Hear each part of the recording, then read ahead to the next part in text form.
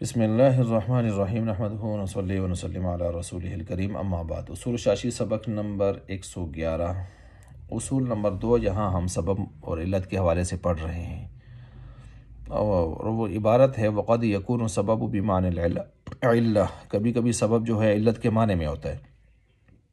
فیضاف، پس یہاں پر پھر حکم کو اس سبب کی طرف کیا کیا جاتا ہے، منسوب کیا جاتا ہے۔ ومثال، اور اس کی مثال، یعنی سبب کبھی علت کے معنی میں ہو جاتا ہے، ٹھیک ہے۔ تو پھر ہم پہلے کیا تھا، علت کی طرف حکم کرتے ہیں، مگر علت بنانا جب دشوار ہو جائے تو پھر ہم سبب کی طرف جاتے تھے۔ اب یہاں ہے سبب کبھی کبھی اٹھ کر علت کے معنی میں ہو جاتا ہے، فیضاف الحکم الیہ، پھر یہ حکم کو ہم اس سبب کی طرف لوٹاتے ہیں، اور یوں سمجھے کہ اصل میں وہ کوئی علت کی طرف ہی لوٹ رہا ہوتا ہے۔ وہ مثال ہوا، اس کی مثال ہے فیما یثبت العلت، اس میں کہ علت ثابت ہوتی ہے جب سبب کے ذریعے، علت ثابت ہوتی ہے سبب کے ساتھ۔ کیا مطلب؟ نیچے لکھا ہے یصدر و ینشأ، وہ علت صادر ہوتی ہے اور خود پیدا ہوتی ہے سبب سے۔ تو جب علت سبب سے پیدا ہو رہی ہے تو پھر آپ خود سمجھیں نا کہ علت پیدا ہونے والی ہے اور سبب سے پیدا ہونے والی ہے، تو سبب گویا علت سے بھی اوپر جا رہا ہے، تو گویا علت کی علت بن رہا ہے وہ سبب، تو معمولی سبب تو نہ ہوا، پھر وہ بہت اہم سبب ہوا۔ فیکون سبب، پس ہو جاتا ہے پھر یہ سبب اس وقت فی معنی العلہ، علت کے معنی میں، لأنہ لما ثبت العلت، اس وجہ سے کہ جب ثابت ہوتی ہے علت بسبب، سبب کے ساتھ، فیکون السبب فی معنی علت العلت، گویا یہ سبب خود یہاں پر علت کی علت بن گیا۔ نیچے لکھا ہے وہی العلت البعیدۃ للحکم، یہ علت بعیدہ بن گیا حکم کے لیے۔ فیضاف الحکم الیہ، لہٰذا اب یہاں پر حکم کو اس سبب کی طرف ہم مضاف کریں گے، اور یہ سبب اصل میں اس علت کی کیا بن رہا ہے، علت بن رہا ہے۔ ٹھیک ہو گیا؟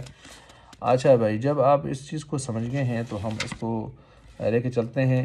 اب یہاں سبب بمعنی علت کی مصنف رحمۃ اللہ علیہ نے 2 مثالیں ذکر کی ہیں، اور لہذا قلنا سے پہلی مثال ہے اذا ساق دابۃ فاطلف شیئا، ایک آدمی نے کسی جانور کو ہانکا، ابارا، ہانکا، فاطلف شیئا، اس نے جا کے آگے کچھ چیزیں جو ہے اس کو تلف کر دیا، اس جانور نے کچھ چیزیں مار دیں، ٹھیک ہے۔ اچھا، یعنی اپنا پاؤں اس کے اوپر رکھ لیا یا اس نے مار دیا اس نے کسی کو۔ زمین سائق، یہ ہانکنے والا یہاں پر اس کو کیا کرے گا، اس کا ضامن ہوگا۔ اب دیکھیے، یہ پیچھے میں نے خیر اس بات کو کیے بھی ہے۔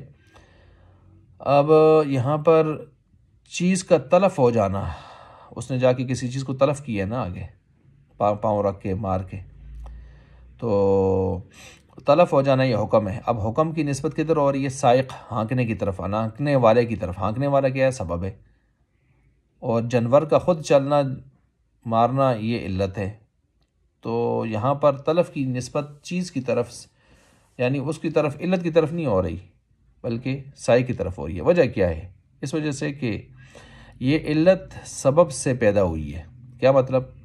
ہانکتا نہ تو جانور شاید نہ اچھلتا اس طرح، اس نے ہانکا، اس کو ابارا تو جانور اچھلا، پھر تو گویا اس کا اچھلنا، علت بننا، یہ ہوا ہے ہانکنے سے، اور ہانکنے کا جو فعل ہے وہ سبب کا ہے، تو اصل گویا یہاں پر سبب کی ساری مستی ہے، تو حکم کی نسبت یہاں پر سبب کی طرف کر دی جائے گی۔ ٹھیک ہے، یہی بات پیچھے میں نے وہ پنجرا اور غلام وغیرہ اس حوالے سے وہاں پر میں نے اس بات کو وہاں بھی کی ہے۔ ٹھیک ہو گیا؟ والشاہد، اسی طرح شاہد نے، گواہ نے گواہی دی، اذا اتلف بشہادتہ، اور اس کی گواہی سے فیصلہ ہوا، اور آگے کسی کا پر فیصلہ ہو کے اس کا نقصان ہو گیا مالی۔ گواہوں نے گواہی دی تھی کہ فلاں آدمی کے فلاں پر 5,000 روپے ہیں، وہ فیصلہ ہو گیا، 5,000 اسے دلوا دیے، اور فظاہر بطلانھا، اور پھر بعد میں انہوں نے اپنی گواہی سے رجوع کر لیا، اور ظاہر ہو گیا بطلان اس فیصلے کا، بالرجوع عن شہادتی، گواہوں کی اپنی گواہی سے رجوع کرنے کے ساتھ۔ ضامنہ، یہ گواہ یہاں پر ضامن ہوں گے۔ اب دیکھیں یہاں پر گواہ جو ہیں وہ گواہی سبب ہے، گواہوں کی گواہی سبب ہے، فیصلہ قاضی کا جو آیا ہے وہ علت ہے، مال کا تلف ہو جانا حکم ہے، تو مال کا تلف ہو جانا، ضائع ہو جانا، اس حکم کی نسبت یہاں پر گواہوں کی طرف کریں گے، نہ کہ قاضی کے فیصلے علت کی طرف۔ کیوں؟ یہ گواہی نہ دیتے گواہ اگر، تو فیصلہ نہ آتا، فیصلے کا سارا دار و مدار گواہوں پر تھا۔ تو گواہوں پر وہ سبب گویا یہاں پر علت کے لیے بھی، علت کے وجود کے لیے بھی سبب بن گئے، وہ اصل محرک بن گئے، تو گویا اصل علت تو وہ ہوا پھر نا۔ تو لہٰذا گواہوں پر اس کا زمان چٹی جائے گی۔ ہاں، گواہوں کی تزکیہ کے لیے اگر قاضی نے کوئی لوگوں سے تزکیہ بھی کروایا تھا ان گواہوں کا، تو تزکیہ کرنے والے جنہوں نے ان کو اچھا کہا تھا کہ یہ ٹھیک ہیں، عادل ہیں، نیک ہیں، فاسق نہیں ہیں، تو تزکیہ کرنے والے بھی تاوان دینے میں ان گواہوں کے ساتھ شریک ہوں گے۔ انہوں نے بھی ان کو گویا قاضی کے سامنے سرخرو کیا تھا۔